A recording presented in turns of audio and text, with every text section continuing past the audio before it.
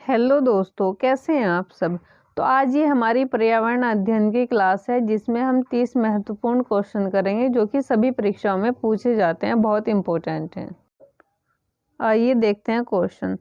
मधुमक्खी रहती है, आपको बताना है मधुमक्खी कहाँ रहती है। मधुमक्खी बिल में रहती है, छत्ते में रहती है एंड घर में रहती है।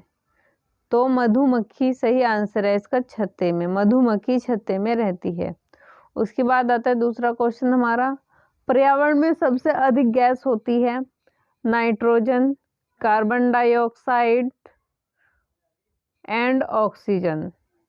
तो इसका सही आंसर है पर्यावरण में सबसे अधिक गैस नाइट्रोजन पाई जाती है। उसके बाद दूसरा क्वेश्चन हमारा आता है, विटामिन ए का रासायनिक नाम है।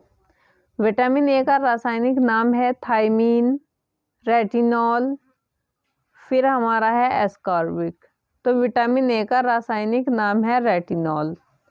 फिर उसके बाद आता है हमारा नेक्स्ट क्वेश्चन, भिंडी में पाया जाता है। भिंडी में क्या पाया जाता है आपको ये बताना है, फास्फोरस, फिर उसके बाद हमारा आता है विटामिन ए, फिर उसके बाद आता है हमारा विटामिन सी। तो भिंडी में विटामिन सी पाया जाता है। दोस्तों ये क्वेश्चन बहुत ज़्यादा इम्पोर्टेंट है, सभी एग्ज़ाम्स में पूछे जाते हैं, जितने भी टेट एग्ज़ाम्स होते हैं, तो इसीलिए इनको ध्यान से करें। प्रकाश संश्लेषण किस रंग में सबसे अधिक होता है? नीले रंग में, हरे रंग में, फिर उसके बाद है लाल रंग में। तो प्रकाश संश्लेषण सबसे ज़्यादा कौन से रंग में होता है? नीले रंग में सबसे ज़्यादा प्रकाश संश्लेषण होता है। फिर इसके बाद नेक्स्ट क्वेश्चन हमारा है, चिपको आंदोलन का संबंध किस राज्य से है? उत्तर प्रदेश से, झारखंड से, फिर उसके बाद है हमारा उत्तराखंड से। तो दोस्तों इसका सही आंसर है उत्तराखंड। चिपको आंदोलन का संबंध उत्तराखंड राज्य से है। फिर उसके बाद आता है हमारा, मानव खोपड़ी में हड्डियां होती हैं, इनके हमें बताना है कितनी होती हैं। 8 होती हैं, 9 होती हैं एंड 6 होती हैं। तो इसका सही आंसर है दोस्तों, मानव खोपड़ी में 8 हड्डियां होती है। फिर उसके बाद नेक्स्ट क्वेश्चन हमारा आता है, सबसे छोटी हड्डी होती है। जैसा आपने देखा हो, सबसे छोटी हड्डी एग्जाम में पूछी जाती है, सबसे बड़ी हड्डी भी पूछी जाती है और संख्या भी पूछी जाती है। तो इसका सही आंसर है दोस्तों, सबसे छोटी हड्डी कहाँ की होती है? कान की होती है, जिसको स्टेपी बोलते हैं, ठीक है। और सबसे बड़ी हड्डी कहाँ की होती है ये आप कमेंट में बताएं। आरबीसी का जीवन काल होता है, आरबीसी यानी कि रेड ब्लड सेल्स, जिनको लाल रक्त कणिका कहा जाता है, तो उनका जीवन काल आपको बताना है कितना होता है। तो दोस्तों इसका सही आंसर है 120 दिन। आरबीसी का जीवन काल 120 दिन होता है। उसके बाद आता है हमारा, पारा से कौन सा रोग होता है? पारा जो आपने देखा होगा, डॉक्टर बुखार वगैरह चेक करते हैं थर्मामीटर से, उसमें पारा ही पाया जाता है। तो बेरीबेरी, मिनीमाता, रेबीज।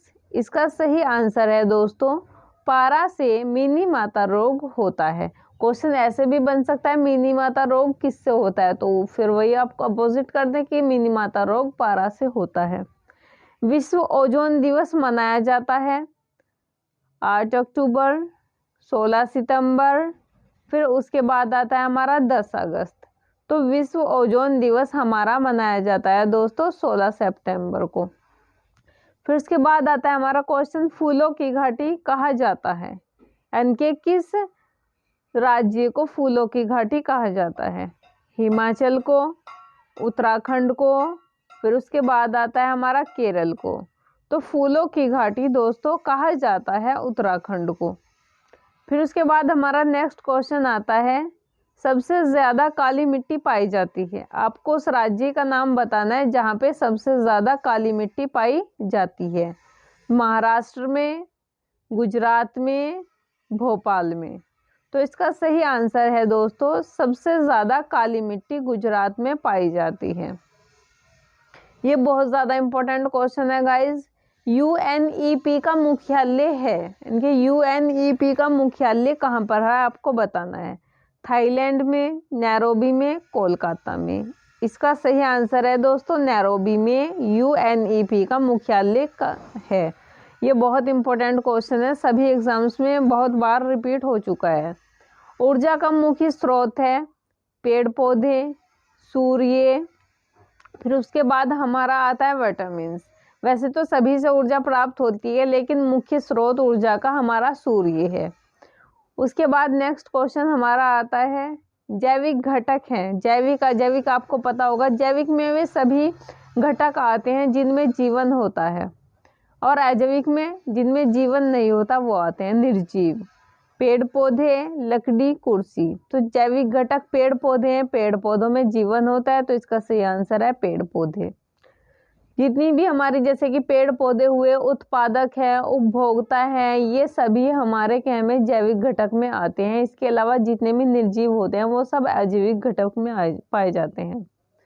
वायुमंडल में ऑक्सीजन की मात्रा पाई जाती है 21% और नाइट्रोजन की मात्रा पाई जाती है 78। सबसे ज़्यादा पाई जाती है नाइट्रोजन की मात्रा, और ऑक्सीजन की 21% पाई जाती है।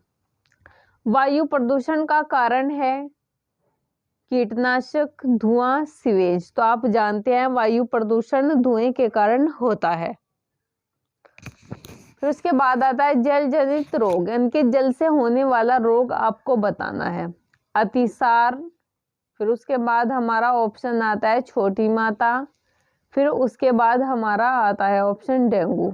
तो जल से होने वाला रोग हमारा अतिसार है, जो कि ज़्यादातर छोटे बच्चों को अतिसार लग जाता है। उसके बाद वन महोत्सव मनाया जाता है। दिवस बहुत ज़्यादा इम्पोर्टेंट है, दिवस ज़रूर पूछे जाते हैं हर कॉम्पिटिटिव लेवल के एग्जाम्स में। वन महोत्सव मनाया जाता है 22 मार्च को, 5 जुलाई को और 1 जुलाई को। तो इसका सही आंसर है दोस्तों 1 जुलाई को वन महोत्सव दिवस मनाया जाता है। और 22 मार्च को क्या मनाया जाता है, कोई बता सकता है? प्लीज़ कमेंट करके बताओ। सबसे ज़्यादा प्रोटीन पाया जाता है दाल में, सोयाबीन में, मूंगफली में। वैसे दाल में भी प्रोटीन पाया जाता है, मूंगफली में भी, लेकिन सबसे ज़्यादा प्रोटीन हमारा सोयाबीन में पाया जाता है। उसके बाद हमारा ऑप्शन आता है सागरीय खरपतवार का स्रोत है प्रोटीन, फिर उसके बाद आता है आयोडीन, फिर उसके बाद हमारा ऑप्शन आता है विटामिन। तो सागरीय खरपतवार का प्रमुख जो स्रोत है वो हमारा आयोडीन है। फिर इसके बाद नेक्स्ट क्वेश्चन हमारा आता है राष्ट्रीय गीत के रचयिता हैं। दोस्तों इसमें आप बहुत ज़्यादा कंफ्यूज होगे, मुझे पक्का पता है कंफर्म। बंकिम चंद्र चटर्जी, रविंद्रनाथ टैगोर, उसके बाद महात्मा गांधी। तो इसका सही आंसर है दोस्तों हमारा बंकिम चंद्र चटर्जी। तो देखिए कहीं ये हमारा राष्ट्रीय गीत के बंकिम चंद्र हैं, और जो राष्ट्रीय गान है उसके रविंद्रनाथ टैगोर है। कई बार क्या होता है कि बच्चे एग्जाम में रविंद्रनाथ टैगोर कराते हैं और वो ध्यान नहीं देते कि वहाँ पे गीत लिखा हुआ है। डेसिबल मापने की इकाई है तापमान, ध्वनि, गहराई। तो डेसिबल ध्वनि मापने की क्या है, इकाई है। सदाबहार पेड़ नहीं है, आपको बताना है इनमें से कौन सा पेड़ ऐसा है जो सदाबहार नहीं है। नीम आपने देखा होगा सदाबहार वृक्ष है, बरगद का भी सदाबहार वृक्ष है, लेकिन इमली का जो वृक्ष है वो सदाबहार नहीं होता है। उसके बाद नेक्स्ट क्वेश्चन हमारा आता है दोस्तों पर्यावरण दिवस मनाया जाता है, बहुत ही इम्पोर्टेंट क्वेश्चन है, 22 अप्रैल को, 5 जून को, उसके बाद हमारा ऑप्शन आता है 10 अप्रैल को। तो इसका सही आंसर है दोस्तों पर्यावरण दिवस 5 जून को मनाया जाता है। और 22 अप्रैल को हमारा क्या मनाया जाता है दोस्तों, पृथ्वी दिवस हमारा 22 अप्रैल को मनाया जाता है। उसके बाद पृथ्वी का अपमार्जक है पशु, पक्षी, जीवाणु। तो इसका सही आंसर है दोस्तों जीवाणु। पृथ्वी का अपमार्जक जीवाणु होता है। उसके बाद रबी की फसल कौन सी होती है दोस्तों, इन फसलों में बहुत ज़्यादा कंफ्यूजन होता है, आप मुझे कमेंट करके बताएं, मैं डिटेल में आपको पूरी क्लास करा दूंगी, रबी खरीफ सब फसलें करा दूंगी एक क्लास में ही।